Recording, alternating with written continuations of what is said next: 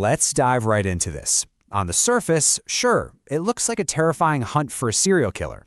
But beneath all that, it's actually this incredibly intricate, high-stakes trade of information. It's a total masterclass in psychological leverage, where every single secret has a price. Right off the bat, the stakes are set with this incredibly chilling warning from Dr. Hannibal Lecter. I ate his liver with some fava beans and a nice Chianti. I mean, wow. FBI trainee Clarice Starling isn't just being sent to look at a crime scene. She is walking in to interview a brilliant, imprisoned psychopath. And this quote? It's a clear warning. He is fiercely intelligent, utterly lethal, and he absolutely will not be treated like some lab rat. And that terrifying dynamic kicks off with what they call the behavioral science errand. So, Starling's mentor, Jack Crawford, tells her she's just running a routine errand, right? Just getting a psychobehavioral profile. But actually, he's using her to bait Lecter, hoping to get his help catching a totally new, active serial killer nicknamed Buffalo Bill. Before Starling even descends into that dungeon-like asylum, Dr. Chilton gives her these extreme, no-joke rules. Do not touch the glass. Pass only soft paper. And whatever you do, tell him nothing personal. Why? Because Lecter is a pure psychopath. To put it in perspective, they tell a story where his restraints were removed and he brutally attacked a nurse and his heart rate never even went above 85 beats per minute. Literally cold-blooded. The entire narrative hinges on this one concept, a quid pro quo. Lecter straight up refuses to fill out the standard FBI questionnaire. He sees right through it instantly. But he agrees to help Starling catch Buffalo Bill on one strict condition. It's a psychological trade. I tell you things, you tell me things. He'll give her clues about the killer, but only if she trades deeply personal, vulnerable details about her own past. Information is the absolute currency here. Which immediately escalates into a game of quid pro quo. Lecter doesn't just hand over the answers. Of course not. He tests Starling with this cryptic scavenger hunt to prove her worth. Step 1, he tells her to look for a former patient named Miss Moffat. Starling is sharp, and she realizes Hester Moffat is an anagram for the rest of me. Step 2, she tracks that clue to a facility in Baltimore called Your Self-Storage. And then, Step 3. Inside this creepy, long-abandoned unit, she uncovers a terrifying secret, a severed head belonging to Benjamin Raspail.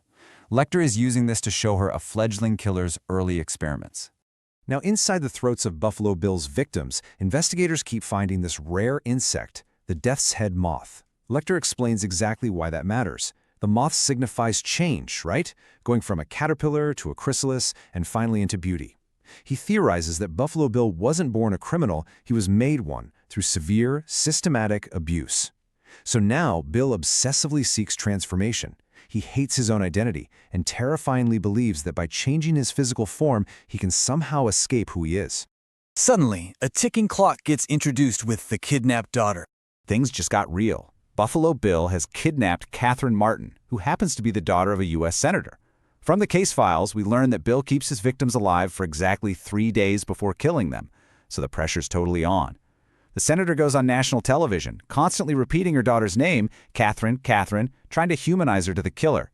Desperate times call for desperate measures, so the FBI orchestrates a completely fake deal. They offer Lecter a transfer to a nicer facility with a view near Plum Island in exchange for Buffalo Bill's real identity.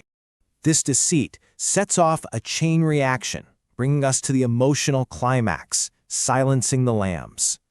Okay, so Dr. Chilton finds out about the fake deal, exposes it, and negotiates his own real transfer for Lecter to Memphis, Tennessee. Starling tracks Lecter down in Memphis for one final, desperate exchange.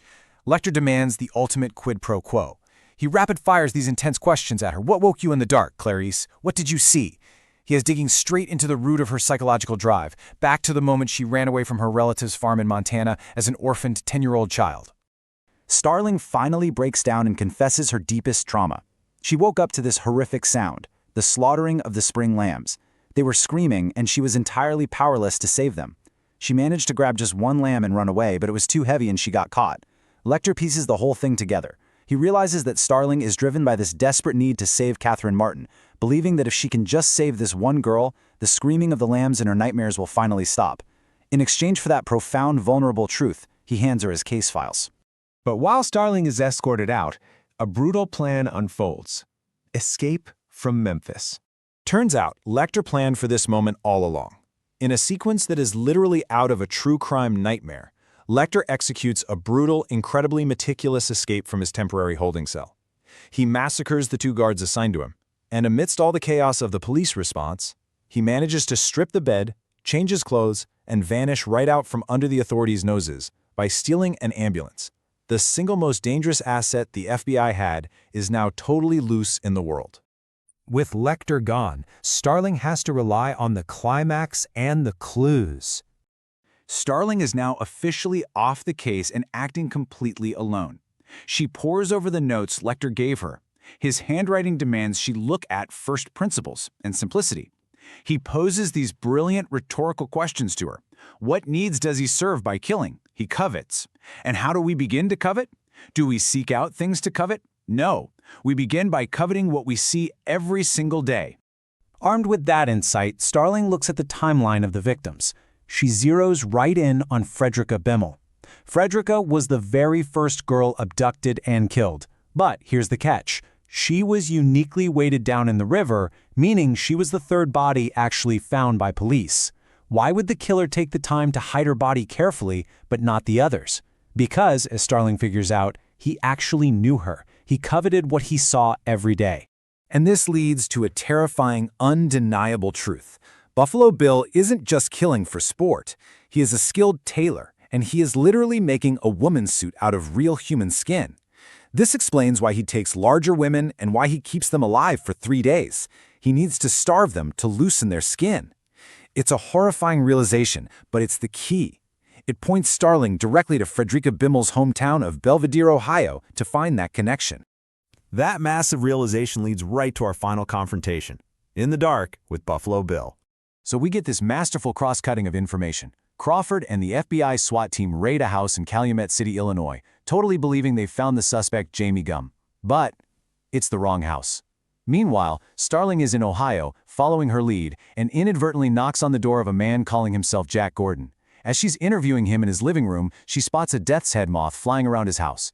In this heart-pounding moment of realization, she understands she is completely, utterly alone with the killer. She draws her weapon, leading to a deadly cat-and-mouse chase deep into a pitch-black basement where she ultimately shoots Gum and rescues Catherine Martin.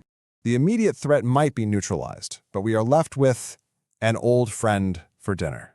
At Starling's FBI graduation, surrounded by all this celebration, she receives a phone call from an unknown location. It's Dr. Hannibal Lecter. He casually assures her he won't come after her, considering it rude, and asks if the lambs have finally stopped screaming. Then, he signs off with this provocative, unforgettable quote, "I'm having an old friend for dinner." As we see him watching Dr. Chilton from afar, we're left with this lingering, chilling realization. Starling may have solved the puzzle and saved the girl, but the ultimate monster, the one who gave her the keys to the puzzle in the first place, is still out there. And it leaves you wondering, what happens when the master of psychological leverage is finally free to roam the world?